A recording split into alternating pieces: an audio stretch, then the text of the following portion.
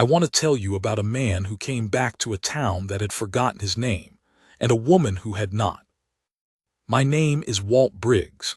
I ran the post office in Creel's Crossing for 31 years, and in that time I saw a good deal of what passes between people when they think no one is watching. The window above my sorting table looked out on the main street, and I had the habit of a man who works with his hands while his eyes wander. I am not proud of everything I saw through that glass. But I am glad I saw what I saw in the autumn of 1883, because somebody ought to carry it, and I am the one still living who was there for all of it. Cal Britton rode into Creel's Crossing on a Thursday in late October, when the desert light came in at a flat angle and turned the dust in the street the color of old brass. He came in on a gray horse, leading a pack animal loaded with tools, and he did not stop at the saloon the way most men did. He went straight to Aldred Finch's land office, stayed inside for the better part of an hour, and came out with a deed for the parcel east of town that had sat empty since the Gruber brothers abandoned it in '79. He tied his horse at the rail in front of my building, came through the door, and asked if there was a good man who might help him put up a roof before the cold set in. I told him Tom Lassiter was his man, gave him directions to the livery where Tom took his midday meal, and watched him go. I noticed the things a man in my position notices. He was tall, maybe 33 or 34, with the kind of sun-darkened face that comes from years of outdoor work, not from carelessness. He kept his hat low.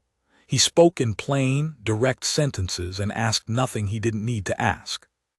The name he gave me for the postal ledger was Cal Britton, and he paid a quarter-year of box rental in advance without being asked. I remember thinking, a man who pays ahead doesn't mean to leave soon. I put his name in the ledger and let him go, and thought nothing more about it until the following Monday, when Marin Holloway came in to collect her mail. Marin had been the schoolteacher in Creel's Crossing for 11 years by then. She'd come down from the Northern Territories after her mother died, taken the teaching post, and built herself a life out of the plain materials available. A house rented from the Aldermere widow on the south end of Main Street, a classroom of 14 children in various states of willingness, a garden out back that she ran with a seriousness some people found excessive. She was 34 years old, which in Creel's Crossing in 1883 was an age that invited a particular kind of commentary from particular kinds of people. She ignored the commentary as a rule. Marin Holloway had a quality I have only seen in a handful of people in my life. She seemed to be waiting for something without letting the waiting make her small. She collected her mail, a catalog from a seed company in St. Louis, and a letter from her sister in the Territories, and was turning to go when she stopped. She'd seen Cal Britton through my window.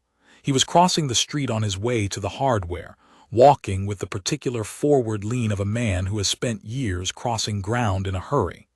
Marin stood very still, not the stillness of surprise exactly, something slower and more deliberate than that. "Who was that man?" she said. "New arrival, name of Cal Britton. Bought the old Gruber parcel east of town." "Cal Britton," she repeated, in a tone that told me nothing except that the name meant something and she was deciding what to do with it. "You know him?" "No," she said. Then she folded her letters and went out. I watched her through my window. She did not follow him or approach him or do anything remarkable at all. She walked in the opposite direction, back toward the school, but she did not look at the seed catalog until she was around the corner and out of my line of sight. And a woman who receives a seed catalog in October and waits to look at it is a woman whose mind is occupied with something other than seeds. The next 3 weeks I observed with the careful inattention of a man who has nothing better to do. Cal Britton was a model neighbor, as neighbors went. He paid his bills at the hardware and the feed store without haggling. He was up before dawn most mornings, and Tom Lassiter reported that he worked the roof job alongside the crew without being asked to and without complaining about anything. He took his evening meal at the Crossing house, ate quietly, spoke when spoken to, and left without lingering. He had a way of sitting at a table that kept his back to the wall and his eyes on the room, which is either a habit of a cautious man or a guilty one, and I was not yet certain which. He came in for his mail twice a week. The first several times, there was nothing for him except a seed catalog in his own name and a bill from the Phoenix hardware concern. Then in the second week of November, a letter arrived from a land office in Yuma addressed to C. Britton, and I could see by the seal that it was a title confirmation.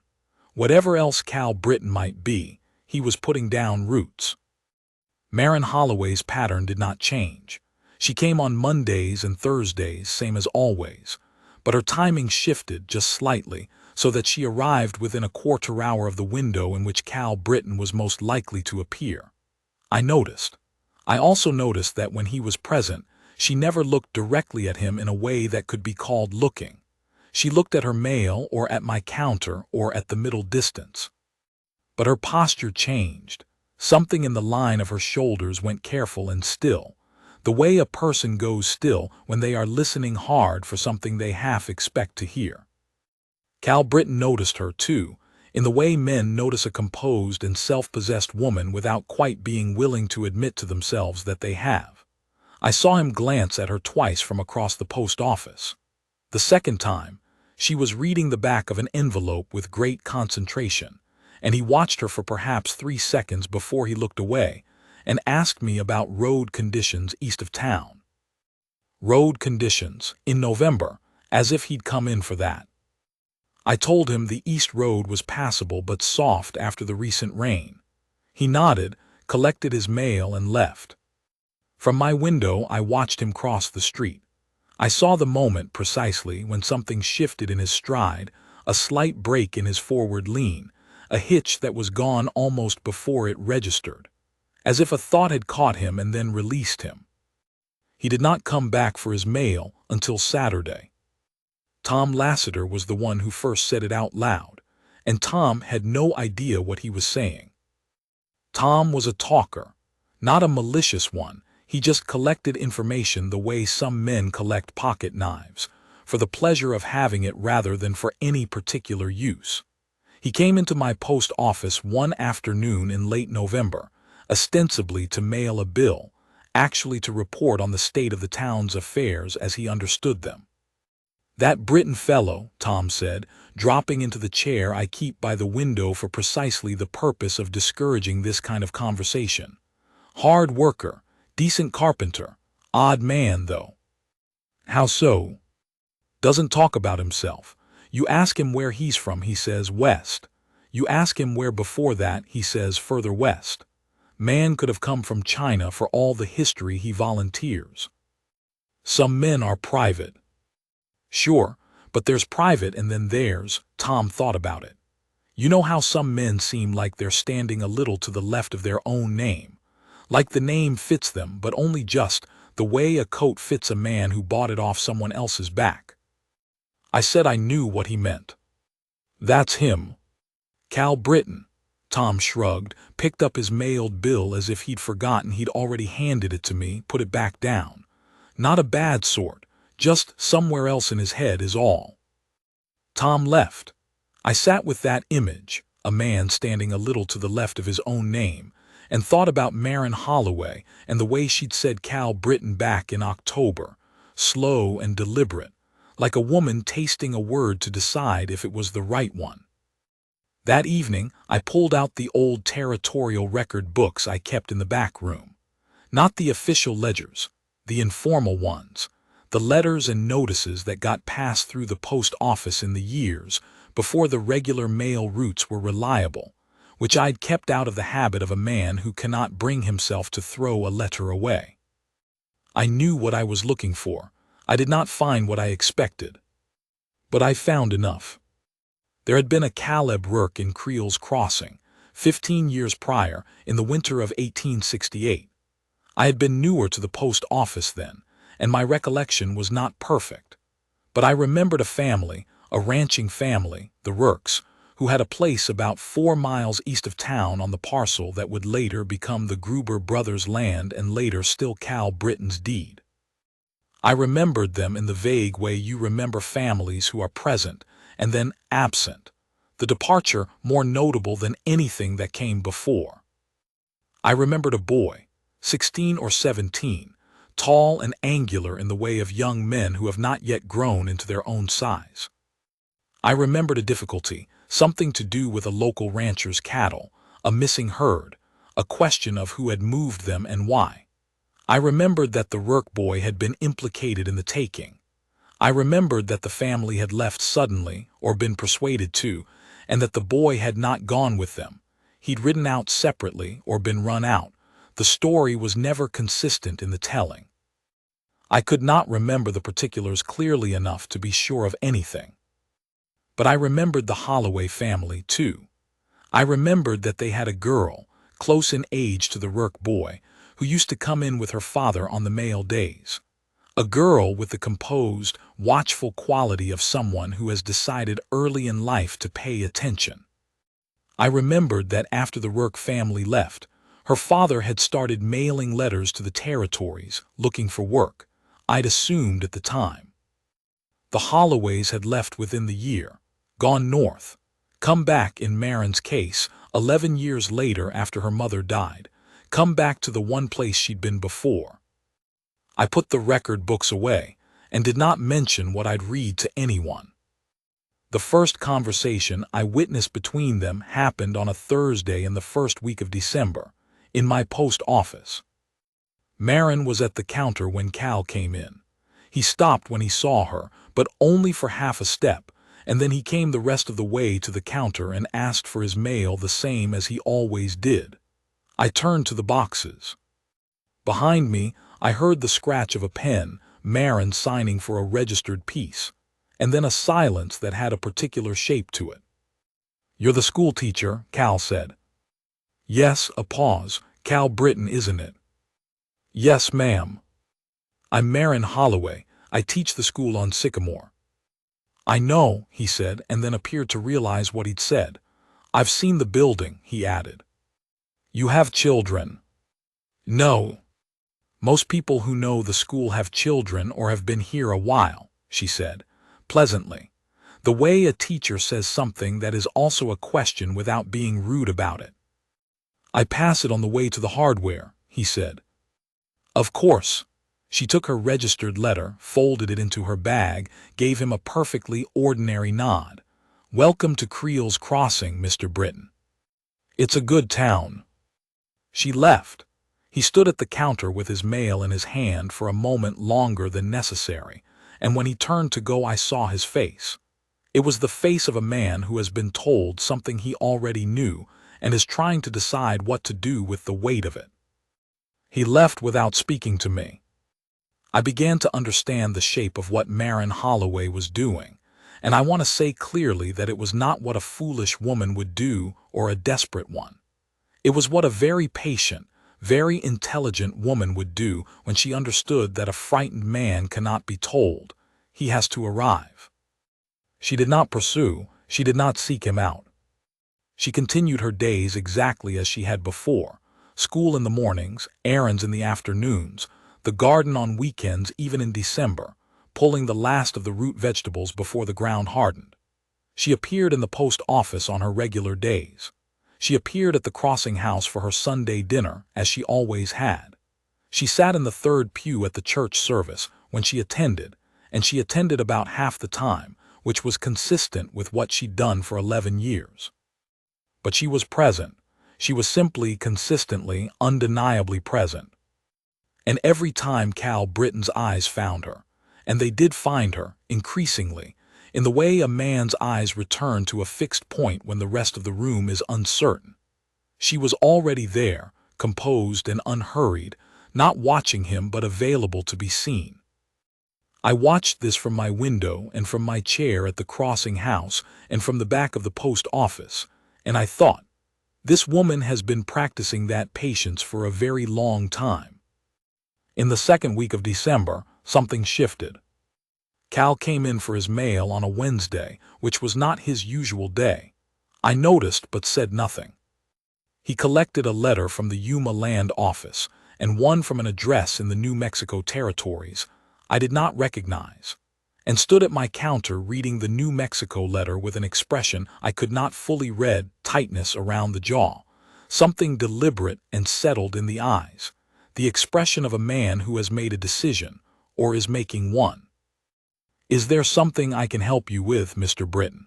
I said, because the silence had stretched past the point where it was comfortable. He folded the letter, looked at me, then, "The teacher, Miss Holloway, has she been in Creel's Crossing long?" 11 years, I said. Came back about 11 years ago. Came back. She was here as a girl.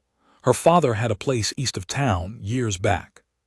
The family went north for a spell, and she came back after. He was quiet for a moment. "East of town," he said. "That's right." He looked at the letter in his hand. "The old Gruber parcel," he said, and it was not quite a question. "Adjacent," I said. "The Holloway place was a little further north. It's gone now." He nodded once, the way a man nods when a piece of information lands in a place that was already cleared for it. Then he put his letter in his coat and went out. I watched him through the window. He stood on the boardwalk for a moment with his hand on the post, looking up the street in the direction of the school. It was midday and the children would be at their lunch. He didn't go up the street. He went back to his horse, untied it, and rode east toward his land. But he looked. The cold deepened through the back half of December. The high desert in winter is not the same cold as a mountain winter or an eastern winter. It gets into you differently, through dryness rather than damp, and the wind off the range after sundown has an edge that surprises newcomers who expect the desert to stay warm. Cal Britton, from what Tom Lassiter reported, had his roof squared away and his fireplace drawing clean, and had started laying up a stone wall on the east side of the property as a windbreak. He was not, by any available evidence, a man who planned to leave in the spring. Marin Holloway's Christmas service at the school was a thing I had attended every year for 11 years, because she invited the whole town and most of the town came, and there was coffee and gingerbread provided by the parents of the students, and it was the warmest event Creel's Crossing managed to produce in a given year. I came. Most of Main Street came. Cal Britton came, which I noticed, and which I believe 3 or 4 other people noticed, and none of us made anything of it out loud. He stood in the back. He did not speak to anyone in particular. He watched Marin manage 14 children through a program of recitations and carols with the competence and patience of a woman who has been doing this for 11 years and knows, exactly, which children need to be stood next to which other children to produce a passable result. When it was over, she moved through the room thanking people, shaking hands, accepting a tin of cookies from Mrs. Hartley with the particular warmth that costs Marin Holloway nothing because she has it in abundance. She reached the back of the room. Cal Britton was there with his hat in his hands. "Mr. Britton," she said, "I'm glad you came." "Good program," he said. "The children worked hard." She looked at him with the directness that was characteristic of her, not aggressive, just clear, as if she had decided a long time ago that life was too short for imprecision. "You've been making progress on the east parcel. I saw the wall going up when I drove past." "Yes, ma'am." "You plan to stay on, then?" Not a question. An observation offered as a question, which is a different thing. "I do." A pause that had weight on both sides. Then Marin said quietly, "It's good land, that parcel, good water table. A man who works it honestly will do well." She said it plainly, without emphasis. Then she moved on to the next group of parents. Cal stood in the back of the room for another several minutes, and when I glanced over at him, he was watching her with an expression that I can only describe as a man recognizing something he had given up expecting to find. He left before the room cleared.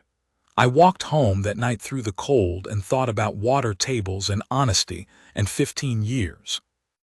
January was the month things came to a point. It started with a small thing, as these things often do. Marin came into the post office on a Monday morning in the second week of the year with a package to send to her sister in the territories, and while I was weighing it, she said, without preamble or particular tone, "Walt, do you keep the old notifications back in those record books of yours?" I looked at her over the tops of my reading spectacles. "What kind of notifications?" "The territorial kind, land dispute notices, stock recovery filings." A pause. "That sort of thing from 15 years back or more." "I keep everything," I said, which was true and she knew it. "I wonder if I might have a look sometime, at your convenience." I thought about the record books I'd pulled in November. I thought about what I'd found and what I hadn't found, and what the difference between those two things meant. "You know what you're looking for," I said. It was not quite an accusation, and she received it as such. "I do," she said. "And does he know you're looking?" She was quiet for a moment. "Then he knows I see him, Walt. He just hasn't decided yet whether to be glad of it." I told her she could come on Saturday when the post office was quiet. She thanked me, paid the postage on her sister's package, and went out. I stood behind my counter and felt the particular sensation of a man who has been minding other people's business for so long that he has accidentally become necessary to it. She came on Saturday. I put the record books on the big table in the back room and made coffee and let her work. She found what she was looking for within the first hour. I know because she went still in a particular way, the way a person goes still, when a piece of paper confirms something they have held for a long time without proof. She sat with it for a while. Then she closed the book carefully and came to the doorway. "The cattle weren't taken," she said. "They strayed. Ambrose Kettner's fence had been down for a week before the storm moved them. The Territorial Livestock Office cleared it." "I know," I said. "The notice came through after the family had gone." "After Caleb had gone." The name, said plainly for the first time in my hearing, sat between us in the quiet back room without fanfare. Marin Holloway had been carrying that name for 15 years, and she set it down the same way she set everything down, with care, without drama. "He was 17, she said. "His father told him to ride out before Kettner could make it worse. He thought he was protecting his son from a charge that would follow him."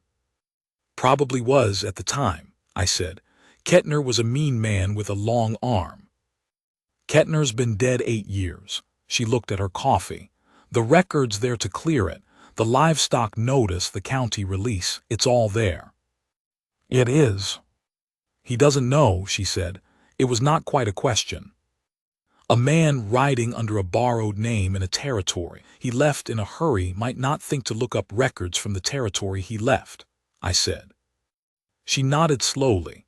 She set her coffee cup down.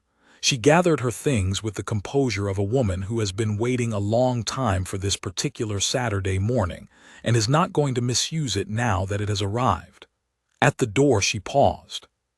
"Walt," she said, "if a man came to you this week and asked to look at records from 1868, cattle disputes, territorial filings, would you oblige him?" I looked at her. "I oblige everyone, Marin. It's a public post office." She gave me the particular small smile that had cost 11 years of Tuesday mail pickups and 14 children's Christmas programs, and a garden that got maintained whether there was any point in maintaining it or not. "Yes, it is," she said, and went out. He came on Thursday. Cal Britton. He came in the late morning, which was not his usual time, and he didn't ask for his mail. He stood at my counter and turned his hat over in his hands twice before he said, "You said you kept the old records." "I do." "Would you let me look at some? Territorial disputes. Livestock recovery filings, 1868. I put the hat hook. I put the closed sign on the front door. I brought the record books to the back table and set them where Marin had sat 4 days before, and I poured him a cup of coffee and left him to it. He was in the back room for a long time, maybe 2 hours. I sorted mail.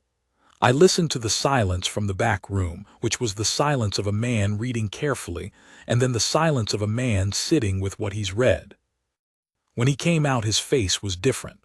Not younger, exactly. 15 years don't come off a man's face from one afternoon of reading. But something had gone out of it. The particular tightness around the eyes and jaw that I'd taken, all autumn and winter, for wariness or guardedness, it was gone. What was left underneath, it was a man who looked tired and certain, and a little undone. He set the record books on my counter. He looked at me. "You knew," he said. "I had my guesses. Does anyone else know?" "One person," I said. "The person who told me to expect you this week."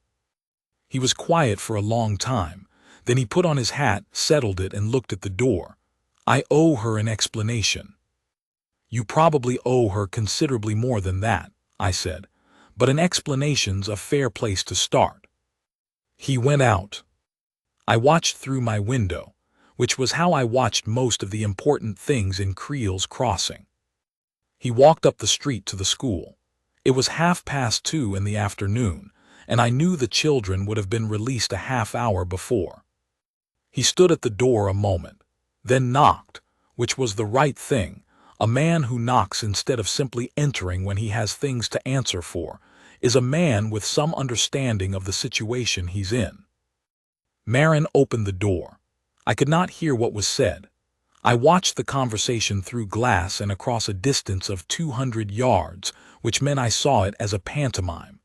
His posture and hers, the way they stood relative to each other, the changes that moved across both their faces as the words went between them.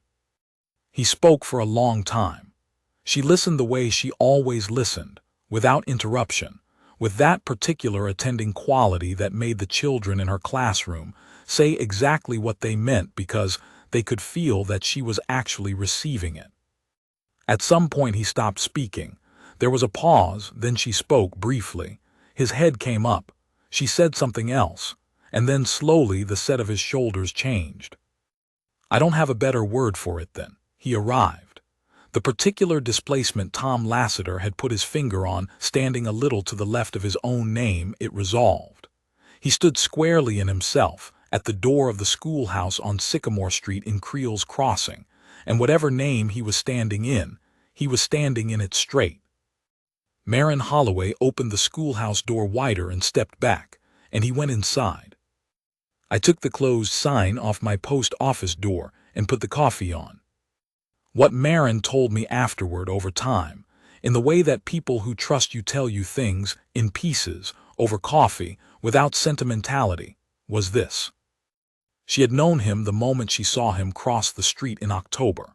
Not by his face exactly, which had changed the way all faces change between 17 and 33, but by the way he moved, and by the way he held his hands, and by a particular quality of attention he brought to whatever was in front of him that she had recognized at 15 years old, and had apparently filed away in a part of her memory that did not age or blur.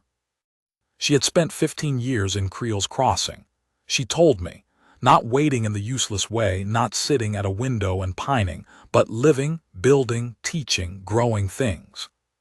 She had her school and her garden and her sister's letters and her Sundays and her Monday and Thursday mail days, and that was a full life, and she knew it was a full life, and she was not going to pretend otherwise for the sake of a story. But she had also always been in the place where the story could resolve, if it was going to resolve. She had come back to Creel's Crossing because it was the place and not for any other reason, and she was clear-eyed enough to say so. What she said to him at the schoolhouse door, she told me, was this.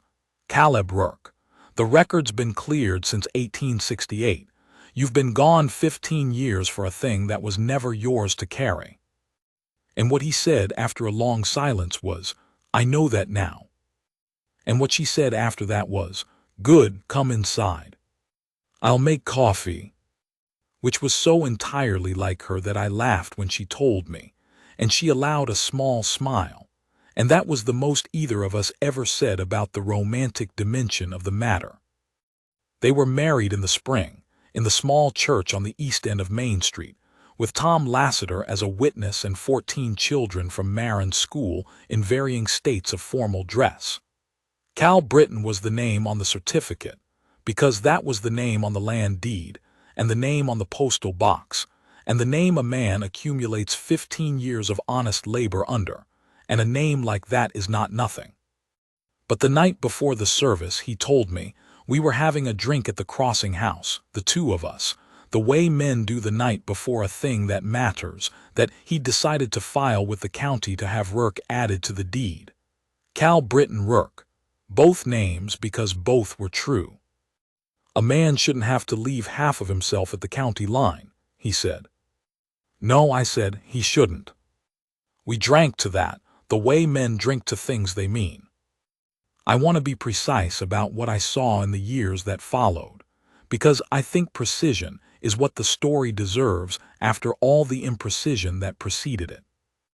I saw a man who had ridden under a borrowed identity for 15 years build a house on the east parcel with his own 2 hands and fill it with furniture. He made himself and a woman who had waited for him without making the waiting into martyrdom. I saw that woman, who had built a full life alone and knew how to maintain it, add his company to that life the way you add a stone wall to a building that's already standing. It makes it better. It makes it warmer. It changes the feel of the place, but the building was sound to begin with, and she knew it. I saw Cal Britton Rourke work his land with the deliberate, patient commitment of a man who understands that something can be repossessed if you stop paying attention to it.